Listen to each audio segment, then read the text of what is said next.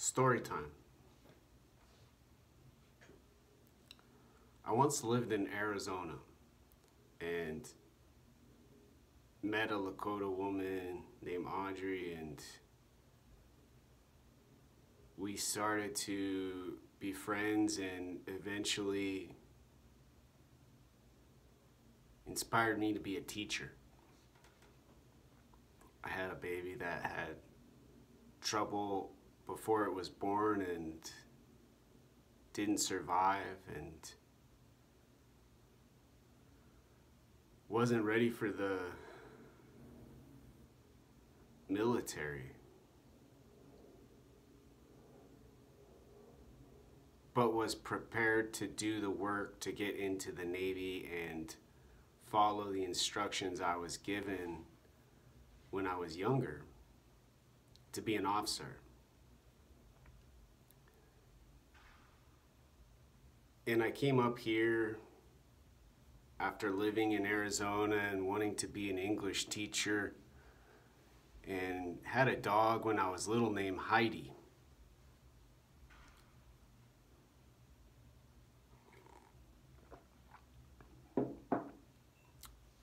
Had chordoma. After I graduated from Western Washington University with a bachelor's in English literature and a minor in film studies, with a previous difficulty with focus and concentration and confusion.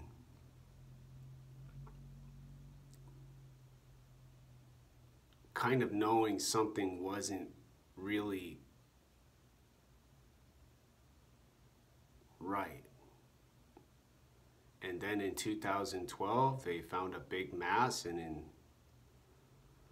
2013, I was cancer-free. And now 7 years later, I've wanted to be a doctor longer than I've wanted to be a teacher. I've wanted to serve and serve and serve in the military. On a ship, on a submarine, on a boat.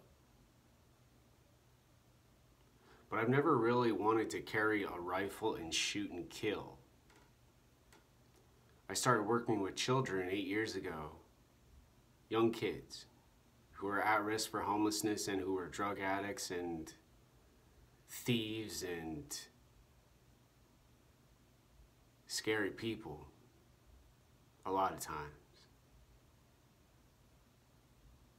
But growing, still learning about their brain, body, and mind, and I started studying neuroscience, and now I've spent longer learning about the brain, body, and mind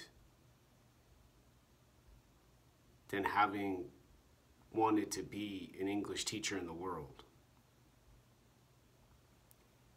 And so I've studied stand-up comedy to make the side effects less dramatic. I've put stuff on my walls like a wolf to keep me from getting too emotional about how the world perceives what I'm doing now.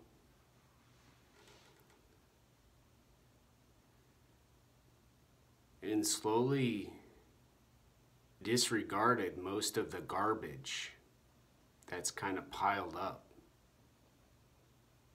People who listen to me in my own home.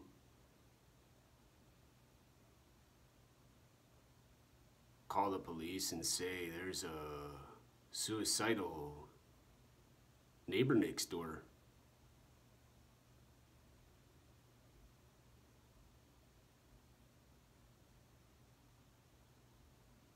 And then, you know, the know-it-alls who have this inclination and this intuition about emotions and the world.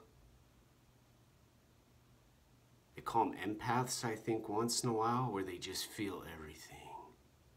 and their consciousness is like the compass for the ship.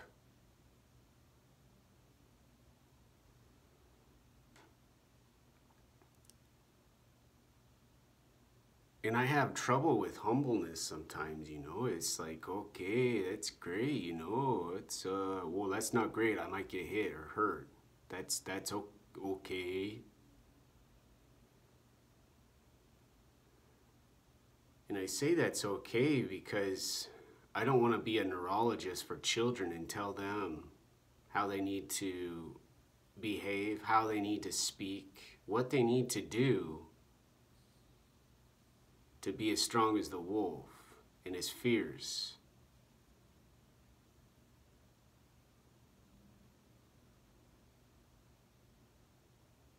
As an emotion.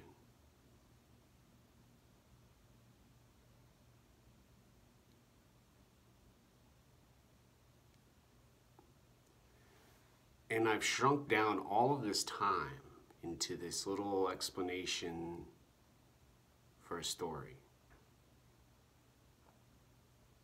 To point out not the numbers, not the hours and seconds and the minutes and the sounds and the sights,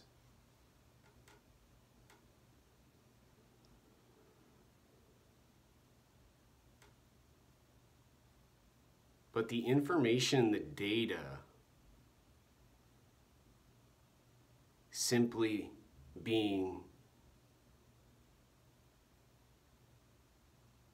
a summary, simply being shared.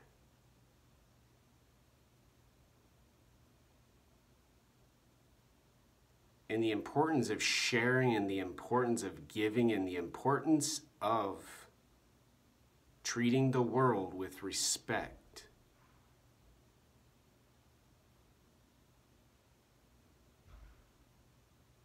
And not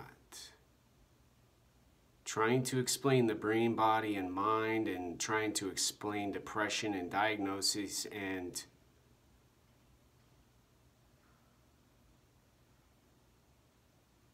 consciousness for the stimulus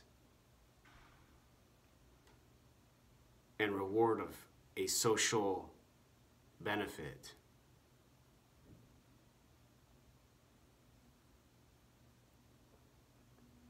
And what all of this has to do with that I'm talking about on this video is related to another place where I put my school work, where I try to prepare and get ready for my interviews with my language. I'm mildly autistic. I don't have a good language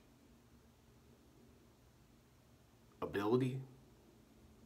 So I've always written in diaries. I've always made friends whenever possible.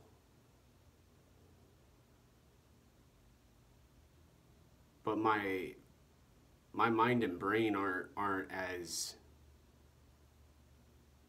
concise and wise and brilliant and genius as some people who want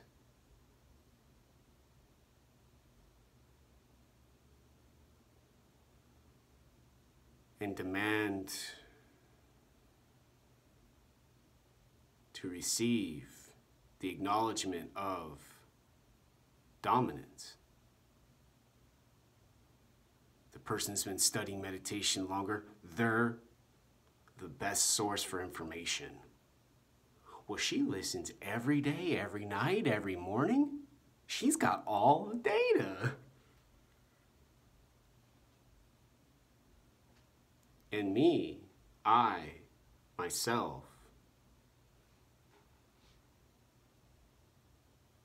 am required to restrain, submit, and constrain my thinking to not interfere with their world. Those people who have a life they've constructed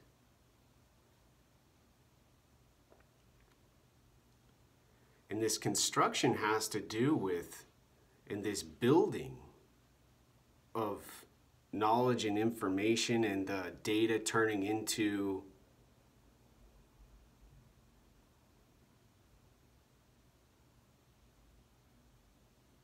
wisdom.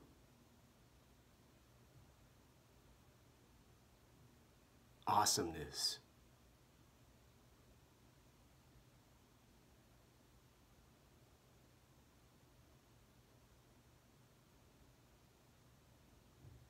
People who have thousands of friends on the internet and people who have 100 followers on the streets of a place like Seattle, Washington, or in an apartment building like the Caroline W.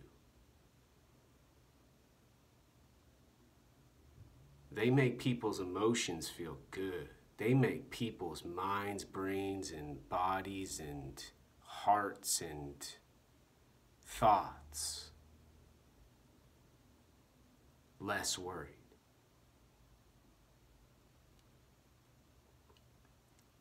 And this place where I post these writings for trying to get my language prepared for interviews has other people who read entries, you know, and think about what they see and what I guess they hear in their brains when they're reading, or what they see through their eyes when they're focusing.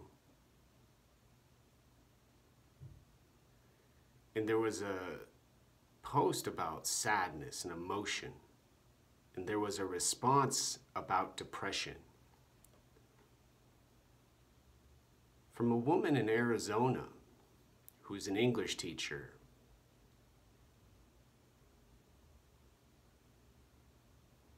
With a dog named Heidi.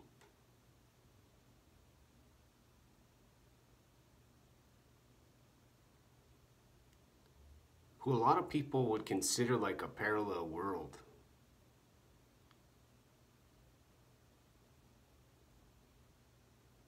I must be a woman diagnosing myself. Deciding I need treatment for my disorder and disease.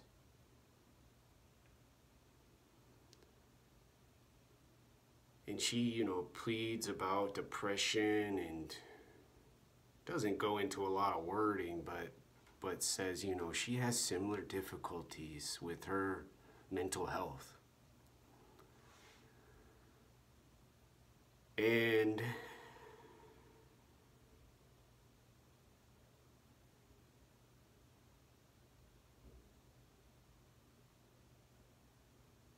the thinking I have to do to consolidate these thoughts, to get into my books for school and get back to work, goes so far and so deep and so inside my brain. I have to set reminders for food, like, you know, like, don't put a curtain up, you know, I've got to tell myself, no curtain, need to see food, you know, emotion, yay.